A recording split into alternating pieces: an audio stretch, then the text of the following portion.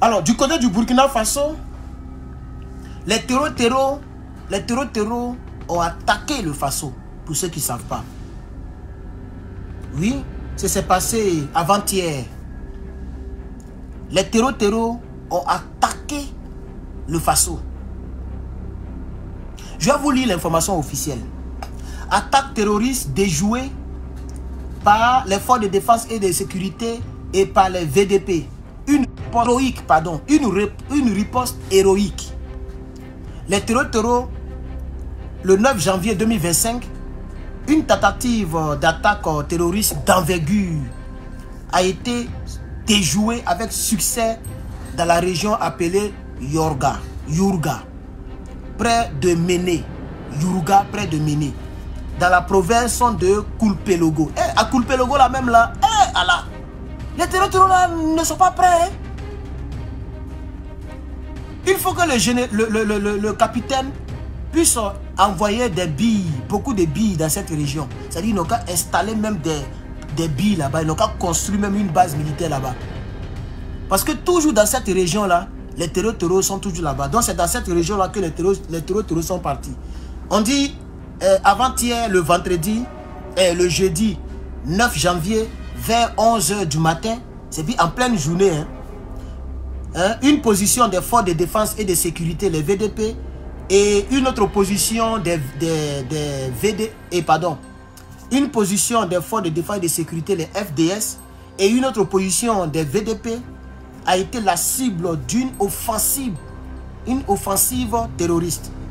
Grâce à la réaction très rapide et coordonnée des forces de sécurité et de défense du Faso, les assaillants ont été mis en déroute. Plusieurs terroristes ont été... Et une quantité importante de matériel ont été saisis.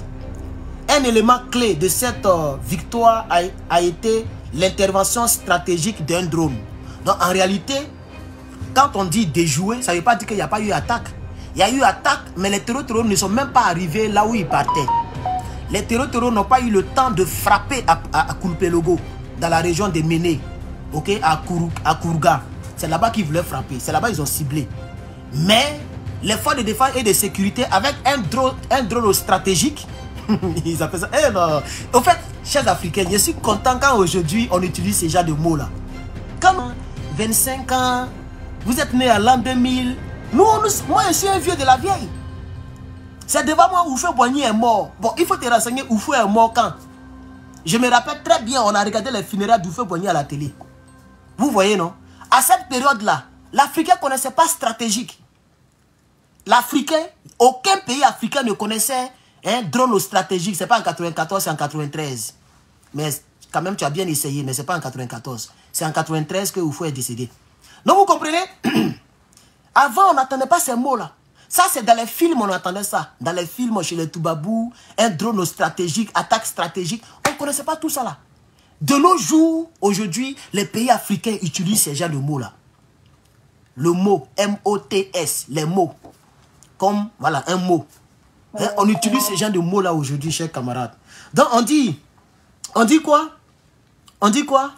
Un élément clé de cette victoire, c'est-à-dire ce qui a fait que l'armée burkinabé a eu la victoire sur les terreurs qui venaient attaquer Koulpelogo avant-hier, c'est qu'il y a un drone stratégique qui est allé rapidement sur les lieux et qui a mis bayaï. Donc, quand le drone a mis boua, tout le monde s'est cherché. Les terreurs là, beaucoup ont été sroko. Il n'y a pas dit le mot là. Beaucoup ont été envoyés au paradis ou en enfer. Non, ça c'est en enfer, voilà. Donc beaucoup ont été envoyés en enfer parce que quand même, est-ce qu'un homme qui ça va terroriser un pauvre peuple, si le monsieur trouve la mort, il s'en va au paradis? Non, quand même, Dieu n'est pas gaou. Tous ceux qui meurent dans ces genres d'attaques-là vont directement en enfer. Ça, c'est quand même triste. Hein? Ça dit, tu es mal mort. Parce que l'armée burkinabé ne s'amuse pas. Ah oui, dans la guerre, au pays des gâtés et rois, là-bas, il n'y a pas pitié. Ah oui, il n'y a pas pitié. La guerre, c'est comme ça. C'est pourquoi moi, je deviens président de la République de Côte d'Ivoire, et puis quelqu'un vient faire rébellion, tu vas apprécier. Si moi, j'étais président de la République de Côte d'Ivoire, hôtel du Golfe, là, moi, j'ai mis bombe là-bas. Je l'ai dit ce matin, je l'ai redit. Vous n'avez pas vu les Américains, ils ont traqué Ben Laden jusqu'à de pénétrer. C'est ces bombes-là que Israël utilise un peu partout et puis ils ont déjà les gars là. C'est les mêmes bombes là. C'est à cause de Ben Laden les gens ont conçu ça. Sinon les Américains n'avaient pas ce genre de bombes là. Normalement la bombe, ça explose, c'est que ça touche en premier. C'était les bombes comme ça que les Américains avaient. Mais quand Ben Laden les a bamougou les deux tours là, et que ça a affecté le pays, ils sont rentrés dans le laboratoire.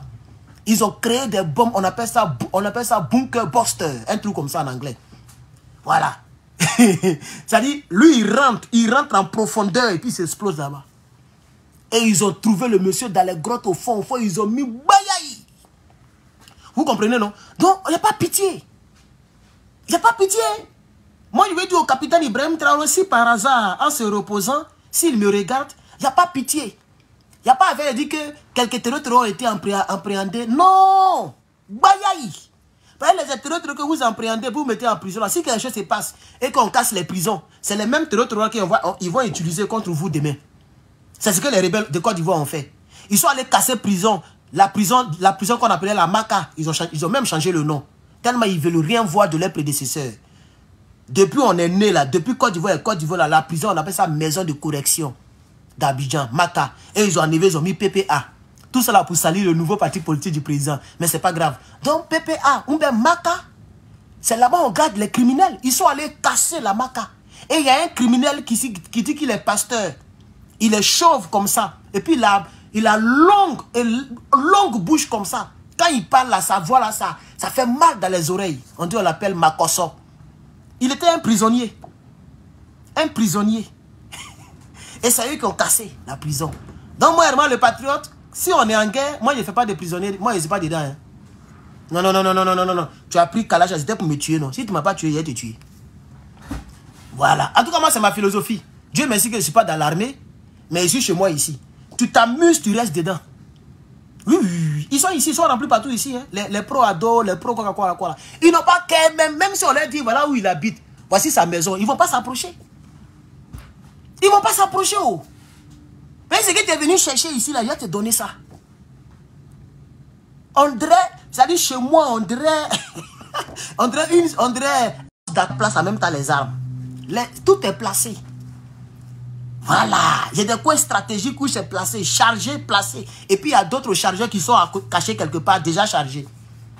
Donc je n'aurais pas besoin de dire, je vais aller prendre. Non, ça y est là, je cours vers la fenêtre qui va avec. Bayaï, je laisse ça là-bas, je cours l'autre côté, bayaï. Je ferai les vidéos panafricaines, je clasherai Draman Ouattara, Soro Guillaume, je parlerai comme je veux. Il n'y a pas quelqu'un qui va me faire taire. Je me tairai lorsque j'ai envie de me taire. Même à tout moment, je suis fourré. Ce que j'ai là, ça tue. C'est ça qui est la vérité. Donc je vais dire ici, il n'y a pas pitié. Voilà. Moi, je suis président de la République de Côte d'Ivoire en 2011. Et puis les rebelles sont remplis à l'hôtel du Golfe en train de tuer mes populations. Il y a longtemps, moi j'ai pris 2024, ou bien, il y a longtemps, il a envoyé quelque chose là-bas. Une visite nucléaire. Comme ça, les bouches qu'ils font là, ils n'allaient pas faire ça. Je mets bayaï et puis il dit, venez m'attraper, condamnez-moi. Envoyez-moi à la CPI, condamnez-moi là-bas. Actuellement, la Côte d'Ivoire était mieux. C'est de ça qu'il s'agit. Donc moi, je suis sans pitié. Ah oui, je n'ai pas pitié même. Tu veux prendre ma vie? Si tu n'as pas pris ma vie, je prendrai la tienne. Il n'y a même pas pitié dedans. C'est pourquoi dans la loi, il y a ce qu'on appelle... Comment on appelle ça là? Dans la loi même, ça existe. Comment on appelle ça là? Si quelqu'un veut te dire et puis tu l'as déjà là, tu ne vas pas en prison. Autodéfense, non. Self-défense. Comment on dit ça en français? Comment on dit ça? Self-défense. Voilà. On appelle ça self-défense, mais on ne connaît pas ça un peu en français. C'est self-défense, non? Autodéfense. Comment? Légitime défense, voilà. Légitime défense. C'est de ça qu'il s'agit. Si Gbagbo aura mis Bayaï, c'est légitime défense. Parce qu'un groupe armé ne peut pas aller dans la capitale, à côté de la présidence. C'est dangereux. Et ce groupe-là avait un seul objectif. Éliminer tous ceux qui sont des gendarmes policiers, même Virgile, et aller prendre le président. Par conséquent, moi j'allais utiliser ça. Hein. Ils sont quittés à Bouaké jusqu'à ils m'ont trouvé à Abidjan. Et puis je connais leur position. Mais il y a longtemps, moi j'ai mis quelque chose là-bas. Est-ce que moi je suis là pour m'amuser? C'est lui qui a été gentil. Maintenant, regardez la honte qu'ils sont en train de mettre sur la Côte d'Ivoire. Le premier opposant de l'histoire de la Côte d'Ivoire, son nom, ce n'est pas sur la liste électorale. Comment un président peut casser une banque? On nie le monsieur comme ça. En guerre, il n'y a pas pitié. Il faut que ça serve de leçon au capitaine Ibrahim Traoré, au général de brigade Abdrama Tiani et au général d'armée Assimi Goïta. Il n'y a pas de pitié en guerre. Il n'y a pas de pitié. C'est de ça qu'il s'agit. Alors, de la frappe, des frappes au terreau. Non, la victoire que les gens ont menée sur les terreaux, ont eu sur les terreaux, hein, cette victoire a été possible grâce à l'intervention, stratégique d'un drone d'attaque. Donc, c'est le drone qui a aidé le Burkina Faso. Sinon, on allait encore pleurer, on allait encore compter, vous voyez, on allait compter encore des cadavres au sein de l'armée du Faso.